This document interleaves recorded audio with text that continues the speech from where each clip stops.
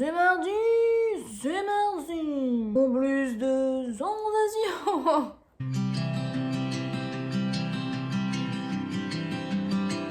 C'est vraiment marrant pour moi de faire cette vidéo aujourd'hui parce que je sais pas si vous le savez, mais la vidéo la plus vue sur ma chaîne, c'est une vidéo que j'avais faite il y a genre 5 ans.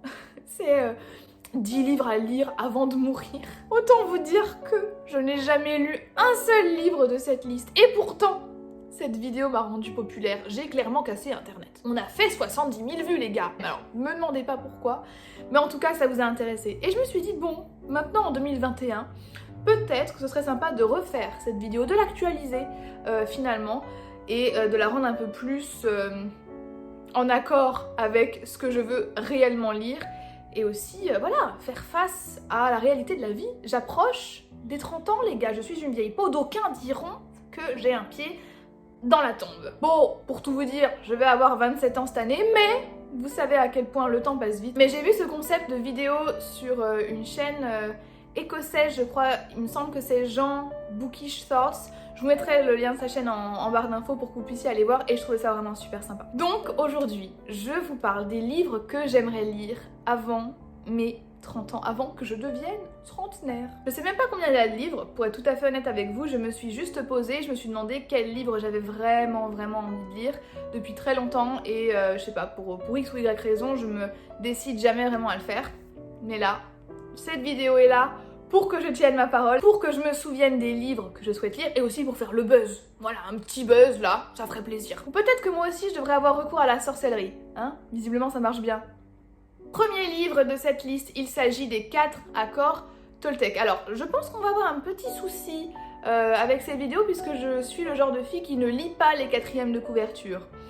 Donc je vais pas pouvoir vous dire grand chose de ces livres, mais déjà, les 4 accords Toltec, j'ai ouï dire que c'était le livre préféré de Vanessa Hudgens, donc déjà, un point pour lui. Je crois que c'est un livre, en tout cas que beaucoup de personnes ont apprécié, qui est très connu, et qui est un livre de développement personnel, mais un peu plus sérieux que ce à quoi j'ai déjà eu affaire dans ma carrière de lectrice. Et qui, entre nous, et si vous suivez mes vidéos, ne valent pas grand chose, pas se mentir. Donc voilà, d'après ce que j'ai compris, ce livre c'est vraiment des principes de vie pour être en paix à la fois avec soi et avec les autres. Je sais pas du tout si c'est une œuvre de fiction, je crois pas, mais c'est un livre qui me rend sincèrement très curieuse et j'ai bien envie de le découvrir. Pourquoi pas avant mes 30 ans, puisque la trentaine va être une nouvelle décennie pour moi et donc peut-être qu'il va se passer de nouvelles choses. J'espère. Peut-être même que je partagerai les tribulations de ma vie sur Instagram avec vous, donc n'hésitez pas à venir me suivre finalement. D'ailleurs, si vous avez lu les livres dont je parle aujourd'hui dans cette vidéo, n'hésitez pas à me le dire et à me dire ce que vous en avez pensé. Deuxième livre de cette liste, il s'agit de Caste, The Origins of Our Discontents de Isabel Wilkerson. Et c'est un livre qui a été sélectionné pour le club de lecture de Oprah Winfrey, rien que ça. C'est vrai qu'aujourd'hui c'est un livre qui est relativement connu et dont on parle pas mal, d'ailleurs il est assez populaire sur Amazon, peut-être que même vous l'avez déjà lu ou vous en avez déjà entendu parler, mais pour ma part, je l'ai vu la première fois sur TikTok, c'était genre une vidéo 10 livres qui vous marqueront à jamais, et il y avait ce livre là, et en fait ça m'intéresse parce que c'est une sorte d'essai. En fait, l'auteur explique que la société est divisée sous forme de castes, que nous sommes conditionnés à agir et à penser justement en fonction de la structure dans laquelle on évolue. Ici, donc, elle va parler de la société américaine. Elle va parler du racisme, du fait que ce soit totalement lié à ce système de classe, de caste, etc. Et donc, comme vous pouvez le comprendre, c'est pas du tout une œuvre de fiction, on n'est pas sur du young adulte du tout. Selon les lecteurs, c'est quelque chose qui fait vraiment ouvrir les yeux sur l'oppression de l'État et comment justement ils arrivent à maintenir l'ordre établi à travers des idéologies et à travers des principes naturalisés mais qui en fait sont totalement artificiels. Mon résumé n'est pas super clair et j'en suis consciente, mais comme je vous l'ai dit, je lis pas vraiment les 4e de couverture et là j'ai compris en gros le message du livre et clairement ça m'intéresse, même si c'est un peu comme tous les autres livres essais du genre, vous voyez. Une fois que vous allez être conscient de certains aspects de la société ou certaines dynamiques sociales, vous serez incapable de ne plus les voir. Un livre qui m'intéresse beaucoup, est-ce que vous l'avez lu? N'hésitez pas à me dire. Et je pense que celui-là, je vais bientôt l'acheter. Autre salle, autre ambiance. Celui-ci dort dans ma wishlist depuis vraiment des années. Il s'agit de Forbidden et c'est de Tabitha Suzuki, je crois, quelque chose comme ça. Vous vous souvenez à l'époque, le booktube de l'époque où ce livre avait fait mais un tabac, il avait fait polémique aussi, en tout cas il avait fait beaucoup parler de lui parce que il est question d'inceste. Vous avez bien entendu, on va parler, il me semble, d'une histoire d'amour entre un frère et une sœur. Ce qui, j'en conviens, n'est pas très commun. Et en fait, c'est ça qui fait que ce livre est si attirant pour moi, si attractif, c'est parce que je suis trop curieuse. Je veux savoir comment l'auteur a réussi à faire de l'inceste le sujet principal de son livre et comment ne pas être dégoûté finalement. Tous les avis qui sont ressortis de ce livre, c'était que c'était bien fait, que en plus visiblement à la fin il se passe un truc un petit peu choquant et que limite pendant toute la lecture t'es là en mode oh oui ils s'aiment, c'est trop bien genre. C'est ce que j'ai compris. Très sincèrement, je passe pas mes journées à réfléchir à l'inceste, hein, c'est vraiment pas mon sujet favori. Et je me dis merde, pourquoi pas voir ça dans un livre quoi, je n'ai jamais vu ça. Et c'est très difficile en plus aujourd'hui de trouver des choses à lire qu'on n'a jamais lues, etc. Il y a toujours les mêmes tropes, tout ça. Et là, pour le coup, c'est assez original. Donc, à voir. Là aussi, on change d'ambiance puisque j'aimerais pouvoir enfin lire Bad Feminist de Roxane Gay. En fait, pourquoi cette œuvre-là? Parce que c'est vrai qu'il y a beaucoup d'œuvres sur le féminisme, mais celle-ci m'intéresse beaucoup parce qu'il me semble en fait qu'elle va aborder des sujets qui, moi, me préoccupent au quotidien et qui se rattachent un peu à ce titre. Être une mauvaise féministe, c'est-à-dire aimer des choses qui, si vous êtes féministe, sont censées vous rebuter au plus haut point ou que vous êtes censé rejeter. Et j'avais lu d'ailleurs un essai un petit peu là-dessus qui parlait des femmes qui sont féministes et qui pourtant sont des femmes au foyer, s'occupent des enfants, font le ménage toute la journée, font la bouffe lorsque leur mari rentre et pourtant elles se disent féministes. Et donc du coup l'essai expliquait en quoi c'est pas nécessairement contradictoire. Et en gros ce livre-là, Bad Feminist, c'est un peu la même idée. C'est comment concilier nos envies, nos affinités en tant que personne avec notre activisme, notre militantisme féministe. Je lis beaucoup d'essais féministes, ça fait partie de mon travail, ça fait partie de mes recherches et aussi de ce que j'aime lire tout simplement.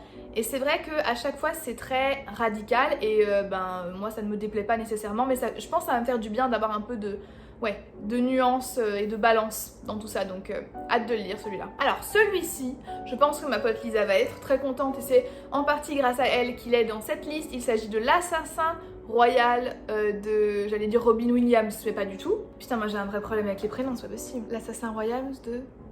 Robin Holtz? Non, pas du tout. Robin Hobb, voilà.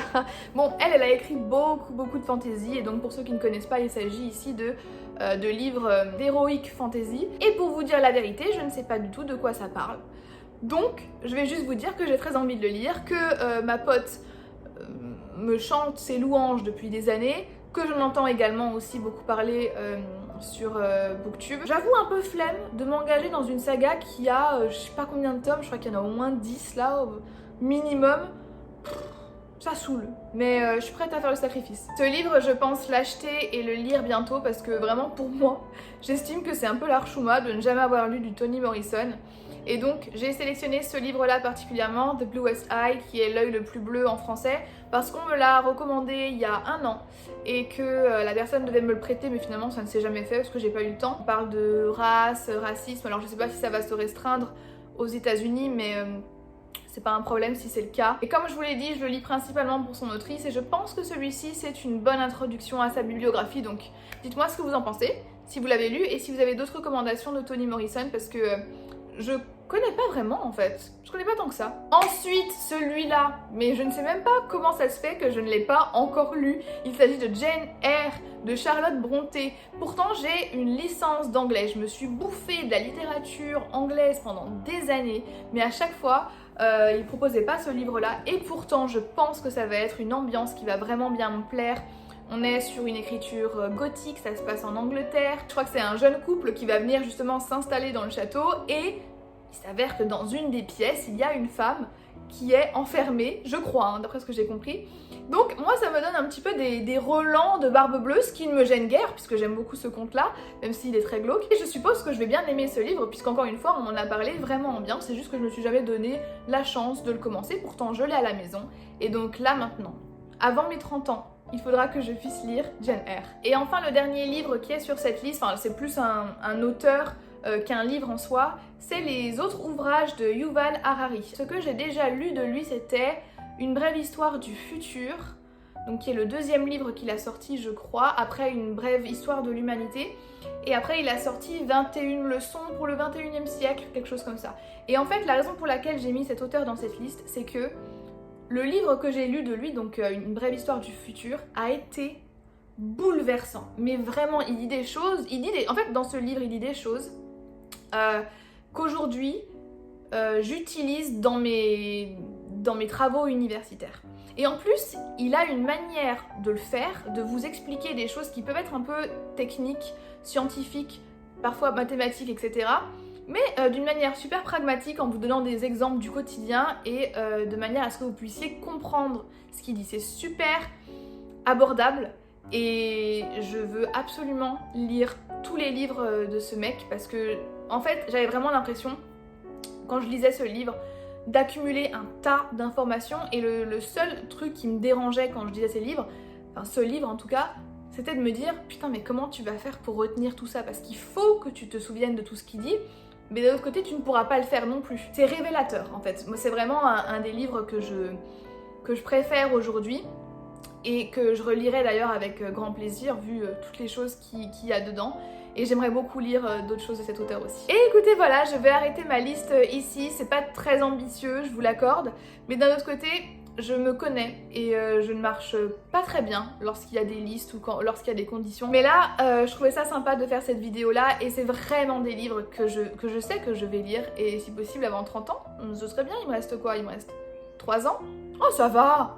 Ah, large en fait! Et bien sûr, il y a d'autres choses que j'aimerais lire. Vous voyez, j'aimerais bien lire plus de littérature asiatique, lire plus de littérature russe, ce que je n'ai jamais fait de ma vie alors que j'ai fait quand même 3 ans de russe. La liste est bien entendu exhaustive, mais ça vous donne quand même une idée de ce que j'aimerais lire avant mes 30 ans. Bon, écoutez, moi en tout cas je vais vous laisser, hein. On va s'arrêter là, ça fait déjà un petit moment que je parle. Merci beaucoup à toutes les personnes qui ont regardé cette vidéo, n'hésitez pas à me donner, alors peut-être pas 10 livres, mais en tout cas le top 3 des livres que vous aimeriez absolument lire, et ben avant de mourir. Voilà, on va le dire, c'est the word is out. Voilà, c'est dit. N'hésitez pas à partager ça avec moi, ça me ferait trop plaisir de voir ça et voir quels sont pour vous les impératifs littéraires finalement. Et pendant ce temps-là, moi je vous dis à très bientôt dans une prochaine vidéo. Bye bye.